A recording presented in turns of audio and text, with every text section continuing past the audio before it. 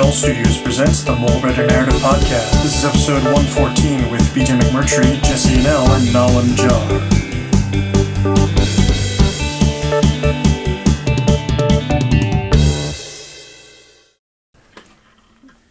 Cameras can survive without thumbs for longer than you think. Our legs. It's got legs. Well, legs where you move. I mean, part They of move. surviving is being able to run. Maybe Can it you doesn't run, need to run. Cameron? Maybe it doesn't need to run. You don't need to run? You're that powerful. Huh. It's got powers beyond your comprehension. It does have a weird blinking light. Actually, it has two blinking lights. Actually, 3. Oh. I can Oh. actually turn those off. Hoy, hoy, hoy. And that makes it good for when you're trying to film people when they're unaware of it. Well, you know what Armand did when we were in... Sex tape? No. When we were in Europe, he would hold his finger over the red dot when we were walking through things that he knew probably shouldn't be filmed. I have no idea where the footage is. It probably Justin has it somewhere. God damn it. Did you get the diet? Yes. Don't you know how to read? That would require looking. The reality sets in. That Jesse is actually illiterate. Yeah, I'm illiterate. Oh well. Oh well, what are you going to do? I Tacos. blame it on the school systems. I don't. You know what? Go fuck yourself, BJ. It's too early in the morning. Speaking of that, Oh. Okay. Star Wars. There were 2 good Star Wars videos that came out this week. Can you name them both? No. Only the trailer. Oh, there was another one. We may have to pause it so you can watch it because it's Wait, pretty... was it the second one with all the embellishments? No. No? No. This may have been the best video I've ever seen. Ever? Ever. As a matter of fact, it was as good, if not better, than the trailer video. Did you post it to the podcast thing? I may have. Let me see. It was the, Let's see, we have the Star Wars trailer one. I know I posted it on Facebook. Rubber Bandits. What sex with Christopher Nolan would look like. That was incredible. Did you watch that? No. Oh my God. If you saw Interstellar, it's pretty awesome. Sex with Christopher Nolan. I'm going to have to save that. I'm going to post that. That Rubber Bandits video is pretty weird. Rubber Bandits. Horse outside. No, the Darth Vader versus Batman video. What? It's awesome. Darth Vader versus Batman. Sounds incredible. Yeah, no, and actually, like, every expectation you have for it in your head, it meets and kicks it up a notch.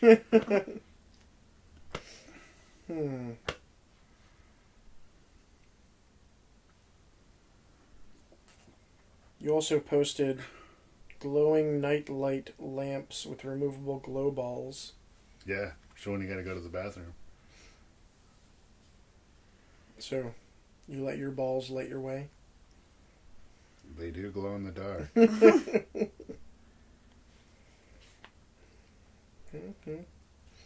Where's this video?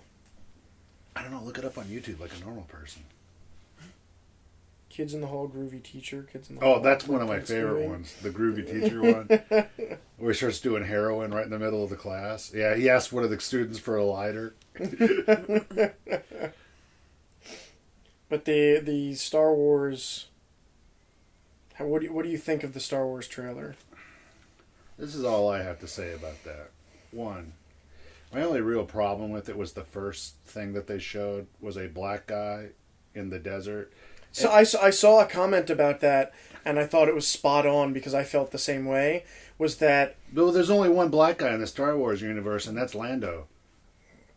But this comment, I felt right here, where the guy was basically like, as soon as that dude popped up in the desert, I thought I had clicked on a parody video. Me too. That was my exact reaction. I was like, oh, man. This might be... I first thing I thought was, this might be worse than the Rick Rolled one. Right. Where it was like the Star Wars Force Awakens trailer. Yeah,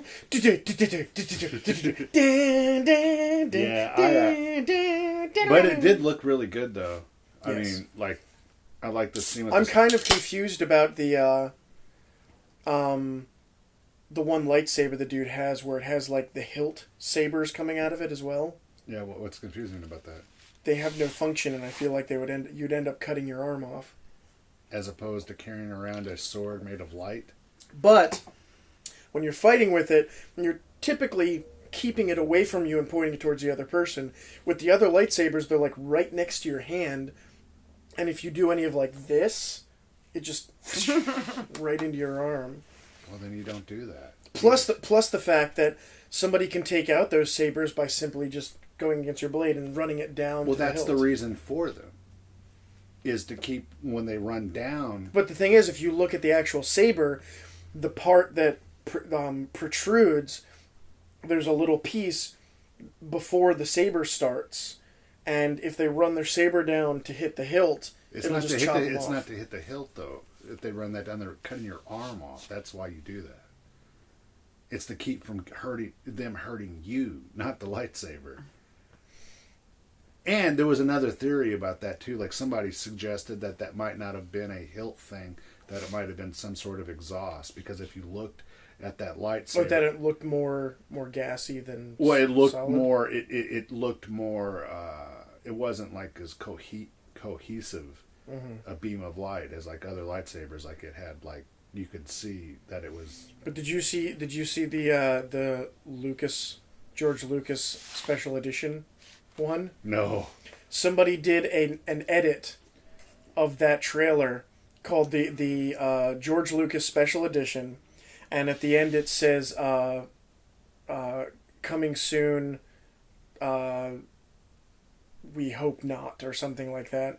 But basically it was like that opening shot had like a brontosaurus walking by, and then when the guy pops up, you see the addition of the stormtrooper on top of that like walking thing, like they did in Tatooine. That's funny. And then when the little droid is like rolling by, the entire view is blocked with rocks, and only showing the little ball. And then the woman that goes by on the speeder, when it like follows her and is this wide view, Jabba the Hutt's just kind of like standing there in the middle of nowhere, just looking around. When the Millennium Falcon's going by, it's being chased by 3 TIE fighters, and then it goes through a whole like flock of TIE fighters going the other way. Oh, and when the guy puts out the saber, it's like the saber comes out, the 2 hilt things come out, and then another saber comes out the other end, and 2 more hilt things coming out the other side. And then as the guy's walking through the forest, the spectral force ghost of Anakin Skywalker, Hayden Christensen, shows up. So they added a lot of like ridiculous stuff, and it was funny. I'll have to post a link to all the 5s. But the Batman versus Darth Vader video is fucking awesome. It's... We need to watch it now. Right now? Hit pause. I don't pause it. Hit pause. I don't pause Hit it. pause! Wow. Isn't that pretty awesome? Freaking crazy. I really thought I was going to see him survive and save Superman. Yeah, me too. It was good, though, wasn't it? The production on it was really good. I like that part when they're, fighting with the lightsabers, and Batman gets behind Darth Vader and just steps on the back of his knee, and he just goes straight down. But he does it like as he's walking by him. Yeah, that was just great. And when he put on those energy gauntlets, he just started punching the shit out of Darth Vader. That was good. That was crazy. We need to do more skit stuff. What do you want to do? Anything. Anything! Well, I think having Armand wanting to leave Rosetta and start a hip-hop group and going to Rob Fusco, a hardcore attorney at law, for advice. That's my idea. And Can be good. So I think Lenny Kravitz wins the Hipster Scarf Award. I don't know, man. I just watched that documentary. Just found this picture. Holy shit. That is the most gigantic scarf I've ever seen in my freaking life. That's retarded. That's the dumbest thing I've ever seen. I mean, that is literally like... I can't even... Wow. I hope I don't look like this with my blanket, just because I'm cold. It's winter here in Pennsylvania. It's a little nipply out. Indeed. 'Tis. What have you been up to, BJ? Been up to filming. What have you been filming? I've been filming a short film. About midgets? No. I'm sorry, Steve. Your girlfriend's a midget. Who's Steve? My imaginary friend is dating a midget. Oh. What's the midget's name? I don't know. I never got that far. Oh. Should probably find out. Midget? Is that what they name them now? Midget the midget? Isn't there one named Bridget? Yeah, there is. Bridget the midget. You think that's her real name, or no? She took that name I'm in order to rhyme. That would be awesome. Her parents planned that out. You. Well, did you see that thing I posted on the address in Queens, where the fictional character Spiderman, Peter Parker, actually lives in the comic book? There's an actual house there, and a family with the last name Parker lives there. Really? And I posted underneath it. When I posted it, I said they'd be stupid not if they have a son not to name him Peter. And he's got to be really good at science. Well, and he has to have a best friend named Harry. Mm-hmm. He's also a billionaire. How hard would that be? I mean, you live in Queens. How hard is it to meet a billionaire named Harry? I'm sorry. And his father is named Norman. You meet the one qualification: you are a billionaire, and that's very impressive. But your name's Floyd. I need a Harry. I need a Harry. God damn it! Are you willing to change your name? No. Well, this friendship won't work out. I did see Interstellar. What'd you think? It was okay. Okay. I watched this YouTube channel called Screen Junkies, and they actually talked with like an astrophysicist and asked him his thoughts on it. And I forget specifically what he debunked, but he was like, yeah, that whole thing at the end with the bookcase that's pure science fiction, but the the time dilation with gravity is very real. Oh yeah, that's like, real. Whoa. My only problem with it was how incredibly frustratingly non-specific they were with the system of planets rotating around the black hole. Mm-hmm. I mean, was there a sun in that system and a black hole? Like, they never explained that. How hard would it be to figure out? Like, you could pretty much use deductive reasoning, I am sorry, to figure out which one of those planets was the habitable planet. And the one of them that wasn't habitable is the one with 2 feet of water, which is very convenient, covering the entire goddamn planet. Like, let's not go there. And it has a 7-to-1 ratio time dilation. And the other one that's so cold, the clouds and atmosphere literally froze. Let's not go there. We can just scratch those 2 right off the list. I mean, like... But the thing is, did they know that much information? Well, first off, like, you don't even need to go down to the goddamn planet to figure that out. I mean, you could just, okay, I can look at that planet. We're not even... Look, all water, and you see that frickin' wave over there. It covers half the planet. Yeah. And it's moving... Actually, I heard an interesting thing that the gravitational pull of the black hole would be severe enough to make that... What was actually happening is that wave was not moving. That that it was the gravitational pull of the black hole pulling it up, and it was the planet that was moving around the wave. Like the wave was kind of in a constant position relative to the black hole, but it was the planet that was actually rotating around. So the wave would never crash. It would just stand up straight the whole time. Well, what would it crash on? It's true. Yeah, I mean... But the other thing the physicist on Screen Junkies had a problem with was that the time dilation and the gravity changes are very real with, like, how long they would have had to been down there for, like, to experience a long time gap for the person in space still. But the thing that he had qualms with was the fact that they didn't have a ship that was powerful enough to actually break the gravity.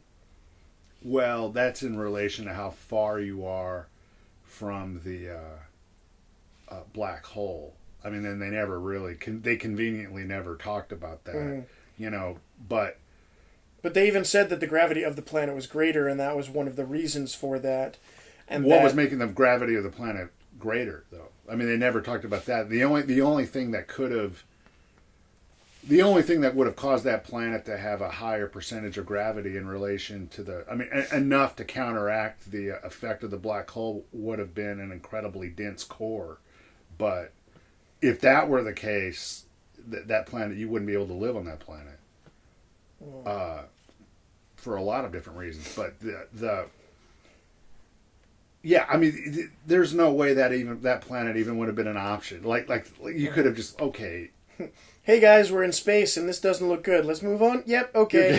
Yeah, I mean, like, and then you get to the other. It's so cold down there, the clouds have literally goddamn frozen. I think we can scratch. I'd rather die. I'd rather die than live there. I'm just going to say it. Like, that would be awful. Which they then almost did. That would be, and this is all, no spoiler. I don't want to ruin anything about the movie.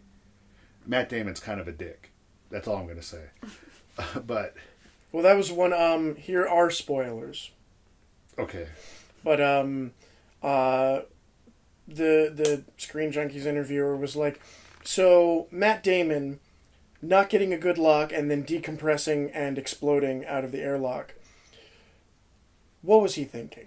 He was insane. And he's basically like, yeah, if you've been on a planet alone for that long, not knowing if you're ever going to see another human face ever again, there's something in there that just sort of snaps.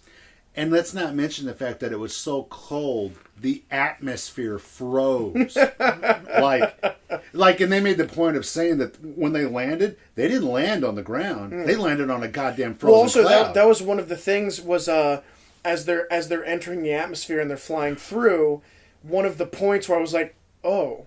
Right. You see just like clouds everywhere, and then a part of the cloud hits the ship and makes it rock and just breaks off the ice. It's like, oh. Yeah, okay. You don't want to live there. I mean, that But then he also gave them false hope when he was just like, oh, there's life on the surface. Wink, wink, nudge, nudge. Wink, wink, throw you over the edge. No, I thought that, like, that whole sequence... There's no way in reality that would have happened that way. The whole thing with the bookcase and the black hole and all that, that's obviously science fiction. Mm-hmm. But the other thing I thought was fucking kind of retarded about the movie was they acted like in the movie they didn't know anything about the effects of gravity on time. Mm-hmm. Like at all. Like if I know what I know, like, I mean, there were points in the movie where, like, well, I could have explained that to them. Like, I actually know, I don't know the math on it, but I know it conceptually. Like, and they're asking all these like questions about the effects of gravity on time and stuff, and I'm like, well, we kind of already know that. Like, what are you asking? The only thing one of the things with the science that I thought was cool was when they were talking about the event horizon, because a lot of people, when you hear them talk about the black hole and they talk about the event horizon, and then they talk about when they talk about the event horizon of a black hole, they confuse that with the singularity, and they're two different things. And the way that they talked about the black hole kind of being spherical, but also a flat plane, and to see the center, to see the singularity at the center of a black hole, which is the high density mass that causes the gravitational pull to bend light, that you have to be over the horizon of the event horizon to see straight down, which means you're already caught in the gravitational pull of it. And that's the only way that you can see. So if you ever cross over the event horizon and see the singularity, you're already dead. And that was the point that they were making in the movie, that we need that data from actually looking at the singularity for these computations. But even that's stupid, because you should be able to infer that by the effect of, like, you could probably calculate that by just sending a beam of light over the event horizon and watching how it interacts with the mass at the bottom. Like, there's no reason you should actually... They sent a robot. Well... that we cared about. And that was an adorable robot. It was. They both were. It was pretty awesome. But, I loved how many, like, they were like the Swiss Army knife of robots. Right. They could bend and move. Which was kind of the point of it. But what was it? My favorite part was when they were on the water planet and he had to go get her, and all of a sudden he turned into this, like, spindle that was just like... Yeah. He becomes this wheel. But basically every problem I had with that movie is completely summed up in that having sex with Christopher Nolan video. Like, because there's certain cliche things that Christopher Nolan does in his filmmaking that at this point are more than apparent. And that video really makes fun of a lot of, like, the cliche. Like, I don't really have an idea here, but I know how to do this. And I know how to, like, do, like, really imposing, oppressive music over a scene that wouldn't normally have drama to it.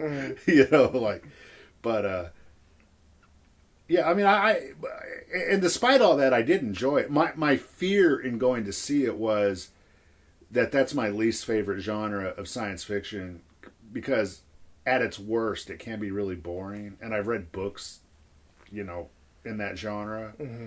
And some of the books are just, even the good ones, some of them are just boring. And I was just like, well, if it's boring, that's great, but it's also 3 hours fucking long. Like, if I get into it and don't like it, it's 3 hours long. And I was a little intimidated to go see it, because I didn't know if I would like it. I did like it. I thought it was good science fiction, but I thought it could have been done better. And I thought it could have been 45 minutes shorter. There's no reason it had to be 3 hours. I mean, okay, you have all that keyboard stuff that that you want to throw in. You don't need all that. We can cut. There was a whole 45-minute chunk of that movie that you could have cut out and summed up in 5 minutes, and it wouldn't have affected the plot at all. And the whole thing with the 3 planets, there was no reason for that, other than to kill that one guy that you didn't want at the end of the movie. Okay, we don't even need this character on the ship. Matt Damon can go. Well, no, I mean, but that when they landed on the water planet, the only real reason they had landed on that water... that guy. I mean, the only real reason you had to, at that point, land on that planet was to kill that guy. Other than that whole sequence of events didn't really mean anything. That was the one that knew it was all a sham, right? That was the one they were talking to, that, like, the professor told him that, like... No. Which one did he tell them? The professor told Matt Damon. Oh. Didn't you watch the movie? I did, but it was, like, a couple weeks ago. Well, that's like a major plot point. I mean, you should know that. I mean, Well, they kept saying, like, so-and-so knew, and since that guy died so early, and I didn't really get to know him that well. it wasn't that guy. It wasn't that guy. Or maybe it was. I don't know. But I mean, I know Matt Damon knew, but it didn't matter anyway. They killed him. That had nothing to do with anything. Well, they also killed the girl on the water planet, and they killed the guy that. Yeah, we didn't even know the girl on the water planet. And they were just like, she must have just landed. To her, she just landed. Yeah, which was pretty crazy. No, but yeah, and then they got to the actual habitable planet, and that she was the alone because the dude wasn't there. And that was the least eventful thing of the goddamn movie, which should have been the most climactic.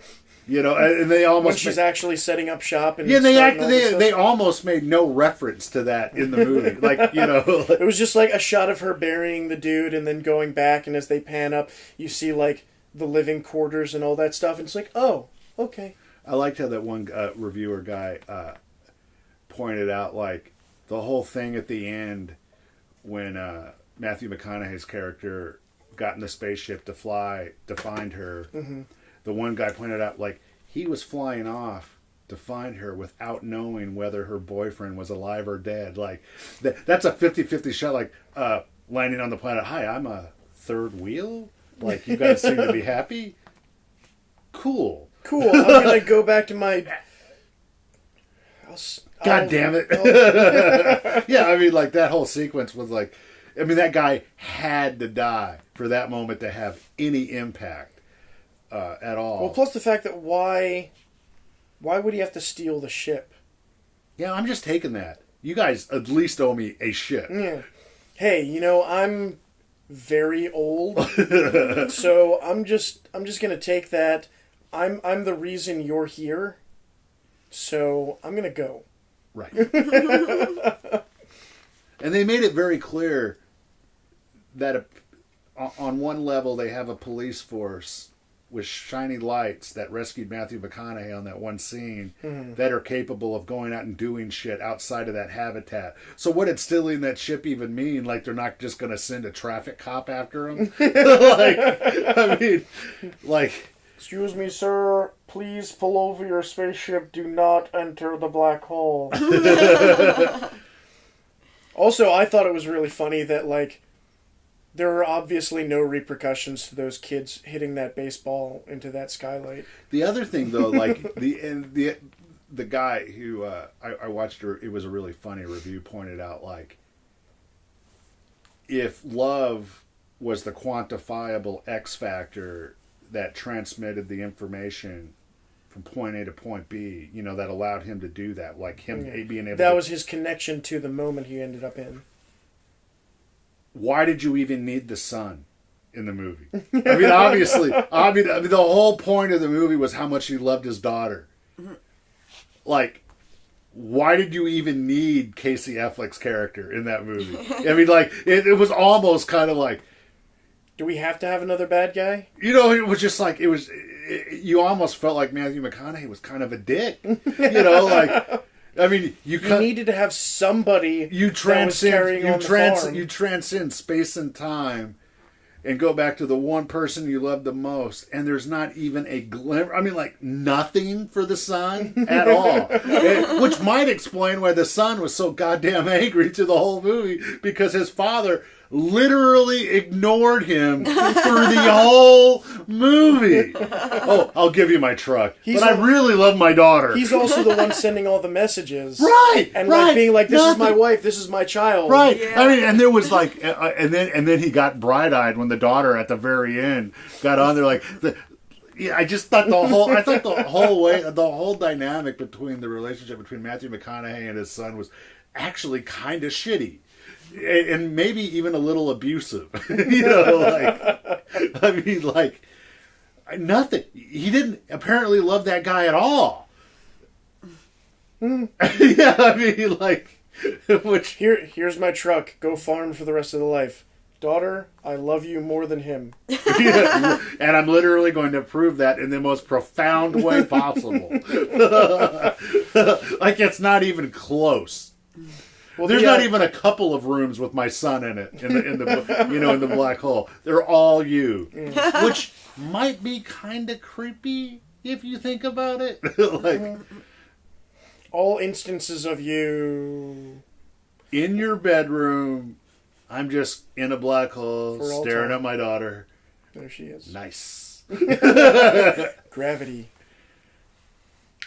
Well, that was the Screen Junkies interview with the guy who was like, so what was with Matthew McConaughey being in the girl's bedroom being able to communicate? He was like, oh, that was just pure science fiction. And he was like, do you speculate how he came to be in the room? Like, and then he's like, it was probably just where he wanted to be the most. Well, But then the Screen Junkies guy was like, he was like, so would I end up behind the mirror in the changing room of Victoria's Secret? And the physicist guy is like, that's where you really want to be. Well, I think they pointed out in the movie that was not something that he created. Yeah. That it was the people... The higher beings in the people from the future. The people from the future using gravity. Gravity, who also created the wormhole,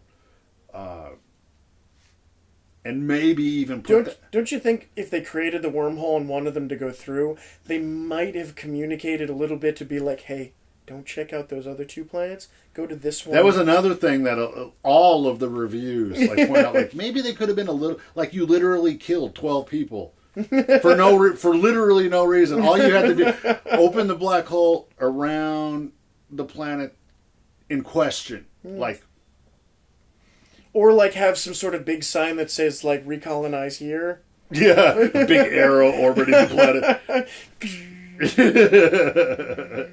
Yeah, I mean they could have been a little more specific. But for them to figure that out, apparently they had to have that gravitational data to get all the people off the planet, and to do that you had to have that whole chain of events with Matthew McConaughey. So maybe sacrificing those 12 people to be able to manipulate that chain of events into existing would have been worth it. They saw no other for the greater good, and from their perspective those events had already happened, but those events had already happened in their past, but they had to actualize it by opening up the singularity where and when they did. Like if they hadn't have done that, those events wouldn't have happened, but those events did happen, so they were literally predestined in the future to open up that wormhole when and where they did.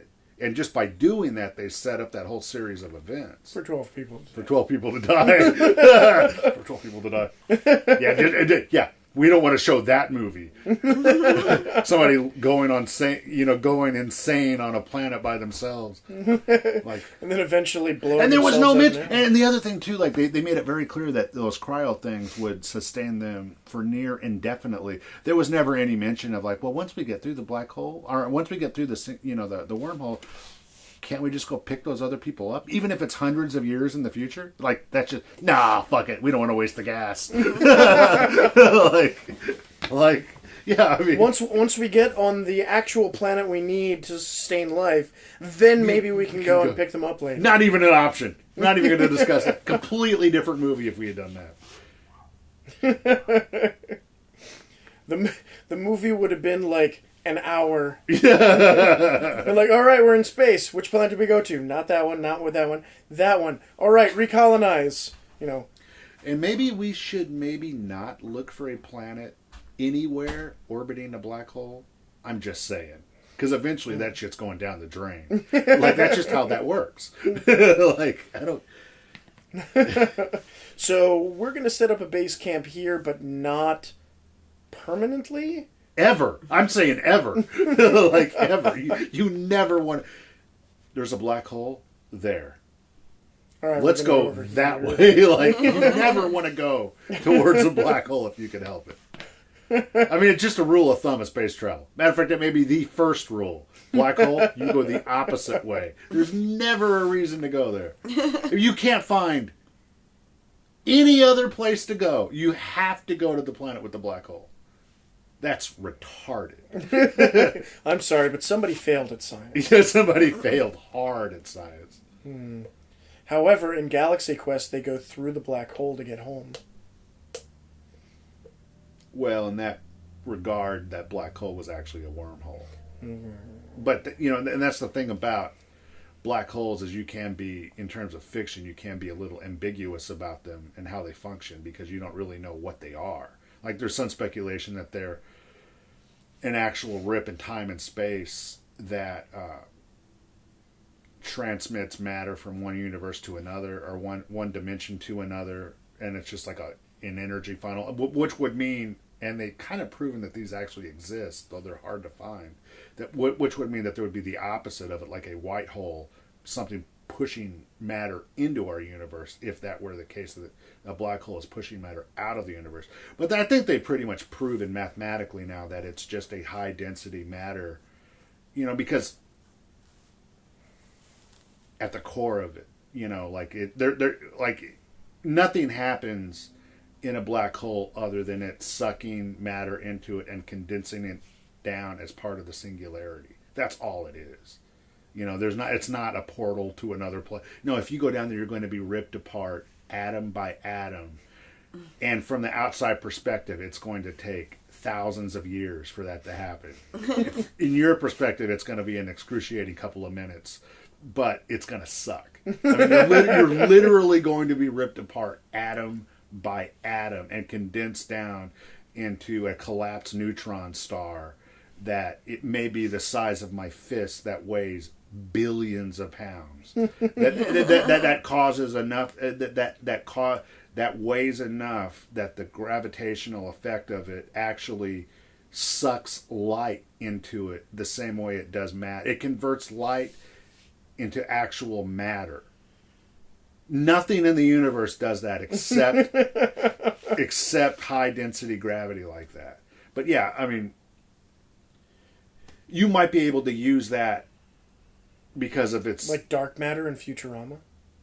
No, but you might be able to use it. You might be able to use that effect to do other things. But you're not... But if you go into a black hole, you're dead. I mean, there's no way around that. And how can you prove it? Note to everybody, don't go into black holes. Well, they don't really know, but I mean, the wormhole is still a theory, but they know black holes exist. Well, they've proven that wormhole. They've proven mathematically that you can make a wormhole. But it's just a question. Just like Event Horizon. Well, it's just a question of how you do it. With a giant sphere that sucks you into hell. That movie kind of sucked. I did not like that movie. It was also very anticlimactic. Which is my problem with it. Like, that, one, if you're going to make a movie that grand conceptually, you might want to shoot for something more than Hellraiser in space. and make it a little bit more climactic at the ending. Because at the end, despite how visually good that movie was, and there was a lot of good things about that movie, it literally is Hellraiser in space. Like, that's... Once you figure that out, you're like, oh fuck. I really? They even made Hellraiser in space. That's how stupid this is. But that being said, it is a good movie. But I think that the problems with that movie are highlighted by who and what that director turned out to be. Who directed that? Look it up. That guy's fucking horrible. And all the problems with that movie are really highlighted by what that guy has gone on to do in his career. Paul Anderson. Paul A. Anderson.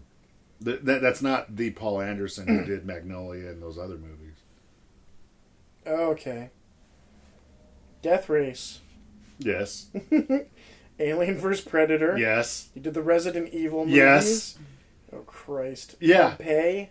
Yep. Death Race Inferno. He's horrible. Resident Evil again.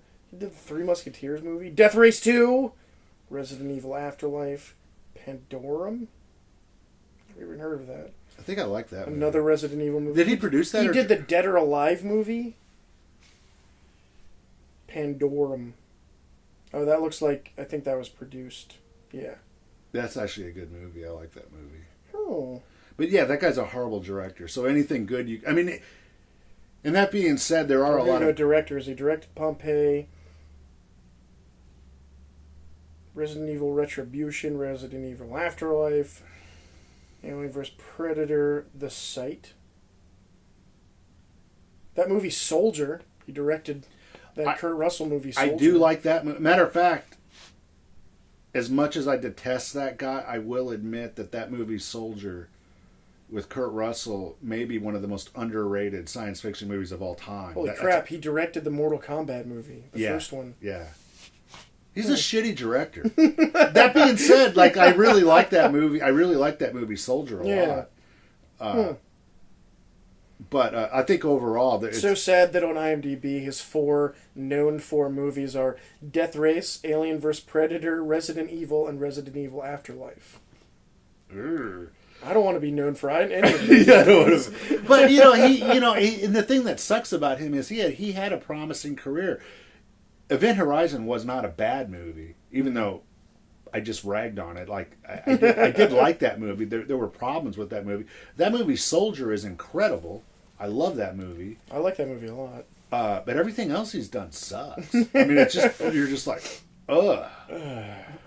And then you go back and you look at Event Horizon and you look at the problem, because there were problems with that movie, and you're like, oh, okay, I get it. Like, there was just no other way. As good as that movie was, there was no way it was going to be great. And the thing I liked about that movie Soldier is it was just so understated. It was just a straightforward action movie in space. It had a very well-developed character that was so well-developed he didn't need any dialogue.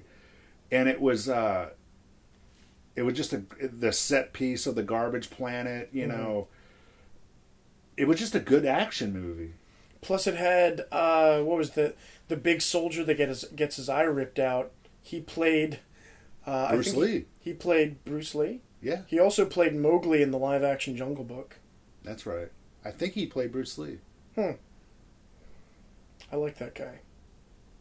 And that was a good movie. Matter of fact, I was kind of shocked because I've always hated that director. I was kind of shocked when I realized, I was like, oh, that's like one of my least. I love the scene where they do the montage of the wars that he fights in, where it's like the same exact thing over and over again, just in different settings with different suits. Yeah. And at one point, I think they're in space, and like one of the dudes next to him gets hit and just flies away, and he's just like going on. It was so like just realizing that this guy's thing, like he just does this, and that's like a tool. Yeah, that's what he does. He is a soldier. Yeah, hence the name of the movie.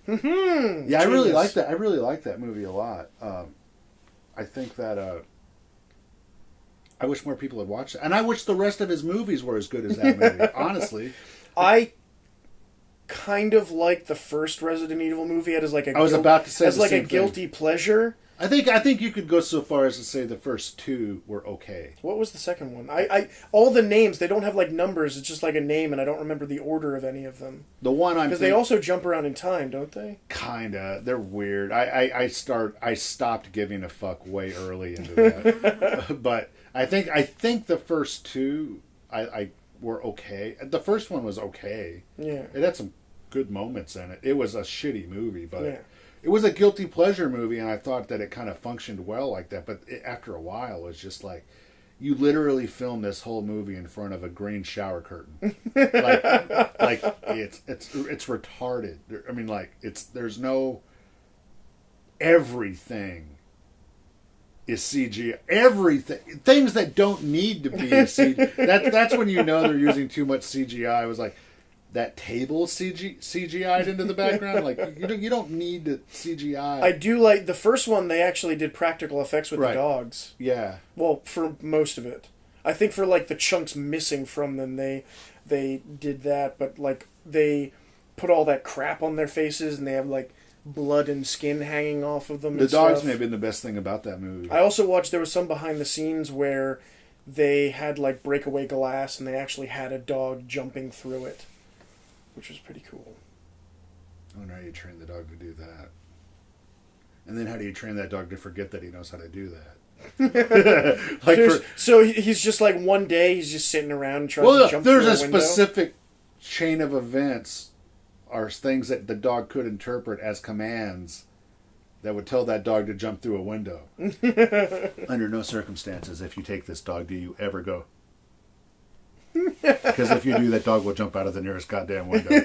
Like, oh, like, yeah, life after Hollywood for a film dog. If you do this, they're gonna kill you. yeah. If you whistle at this frequency, they'll tear your foot off. Just your foot. Just your foot. But that's what they're trained to do. If you do a few decibels higher, frequency higher, then they'll only take the toes. But yeah, I hate that director. The other guy I hate is the dude that did the first couple of Mummy movies, and he directed that G.I. Joe movie. Oh. I actually hate that guy worse. I've never seen the second G.I. Joe movie, but The second one's way better than the first. It's still bad, but it's way better. What was the Mummy? Mummy. Oh yeah, Brendan Fraser was in that. Yeah, those movies are fucking horrible. That director is so bad. He is the problem with Stephen Sommers. The problem with the guy that did the Mummy and the guy that did the Resident Evil movies that we were just talking about, both of those guys are in the same school as Michael Bay. Like, you know, like they're taking, okay, I get what he's doing, let's do that. But and despite all the shitty things you could say about Michael Bay, he's at least talented enough to pull that bullshit off. Yeah. These guys are not talented. Okay, we want to have style over substance. Got that. No character development. Got that. A gratuitous use of explosions and special effects to the point that the movie doesn't even really need them at that point. Got that. And be able. And Why did that explode? We had the budget. we had the budget. Yeah, I mean, which is basically Michael Bay. But the thing with Michael Bay is, like, despite the fact that I don't like Michael Bay, you have to admit he's successful at that in a way that these other guys cannot be. You know, like, whereas, like, you look at a Michael Bay film, you're like, oh, it's Michael Bay being Michael Bay. Whereas you look at, like, The Mummy Returns and just like that's a guy trying to be Michael Bay. Stupid. Yeah. But his top four known for Stephen Sommers is The Mummy, The Mummy Returns, The Scorpion King, and my overall favorite of this list, Van Helsing. Oh, that's such a bad movie. And that's exactly what I'm talking about. And that's what's his name, Hugh Jackman too. I've only seen like the first half of it, and then I had to turn it off. Yeah. That's his most recent movie is Odd Thomas. He directed that? Yeah. That was horrible. I haven't seen it. My dad's a big fan. They're based on It's based on a series of books by Dean Koontz. He did a short film for Revenge of the Mummy: The Ride. It says short 2004. Good for him. At least he's getting out there. He did Deep Rising. I did like that movie. Oh, I love that the picture, like the poster for IMDb, is from like one of the last scenes when they're doing the wave runner out of the boat when it explodes. I like that movie. Connection to the Soldier. He directed the Jungle Book live action movie. No, I did like that movie Deep Rising a lot because it was just so stupid. Yeah, but it was actually done. The monsters in it were actually kind of scary. Because you never see them in their entirety. It's just like tentacles. Yeah, but I did like that movie a lot. And I'm willing to give a director that I hate, and I hate that guy. Like, I do like that movie a lot. Deep Rising. It's just such a stupid movie. And that has, what's her name from... Franca Janssen. Yeah.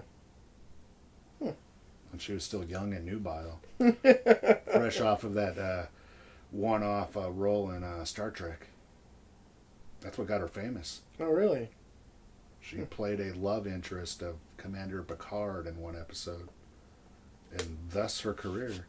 And thus her career launches. Where did Mila get her start? The one from Fifth Element and such other Resident Evil movies. She was a model. Yeah, I knew that. But the first movie that the first movie that she did, she was in. She had a small role in Dazed and Confused. Oh, that's right. I forgot about that. And then she had a brief music career.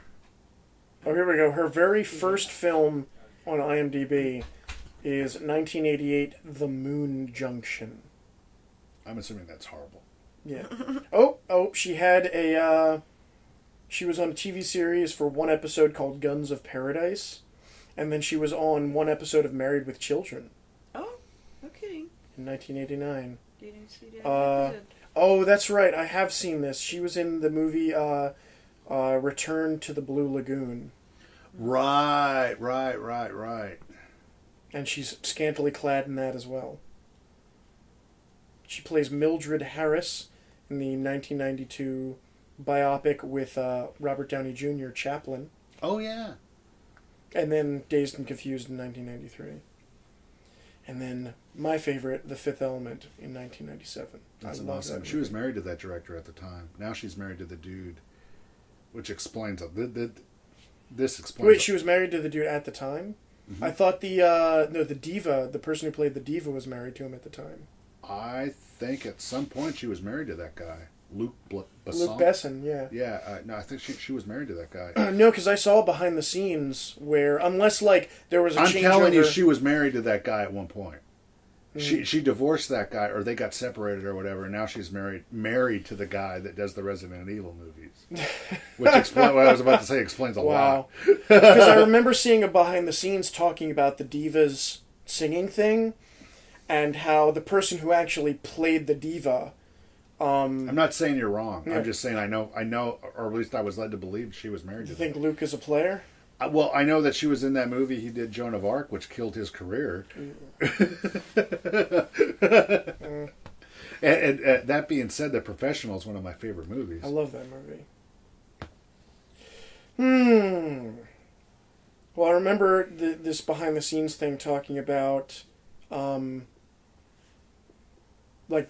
woman that played the diva was talking about how actually this might have been the cause of it, because she did say he asked her to be in the movie, to be the diva, and she was like, as long as I'm with you, I don't want to be in any of your movies.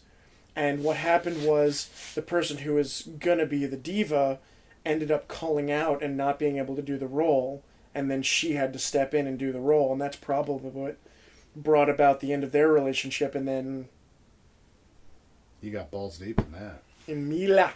And now the podcast turns into a people review. Yeah. Oh, he did Lucy.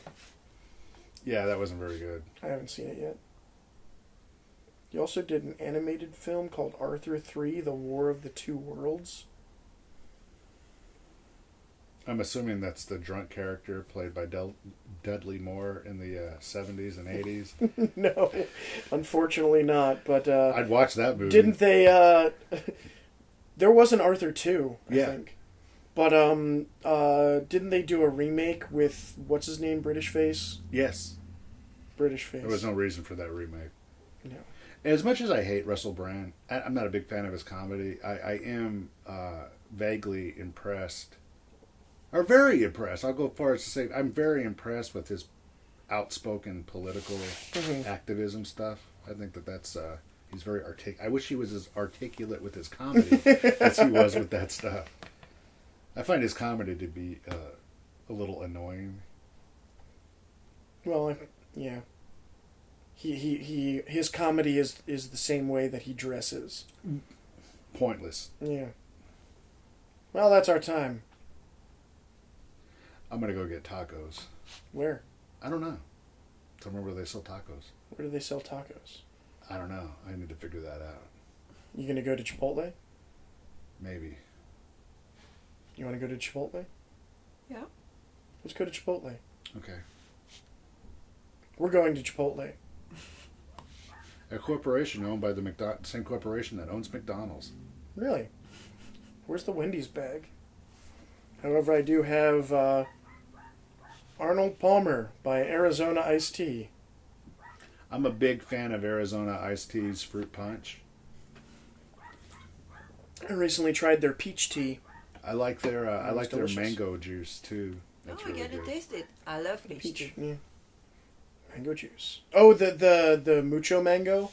I love that one. It's like the yellow can. Yeah.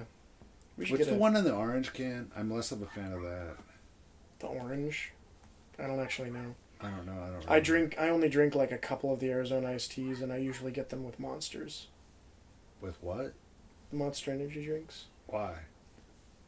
Because that's my normal band practice setup, is 2 Monsters and a Arizona iced tea. You pour them all in one thing, or you drink them separately? I might start doing the former. Former what? We're done. Thank you for listening to the More Better Narrative podcast. Find us at mbnpodcast.com or on iTunes.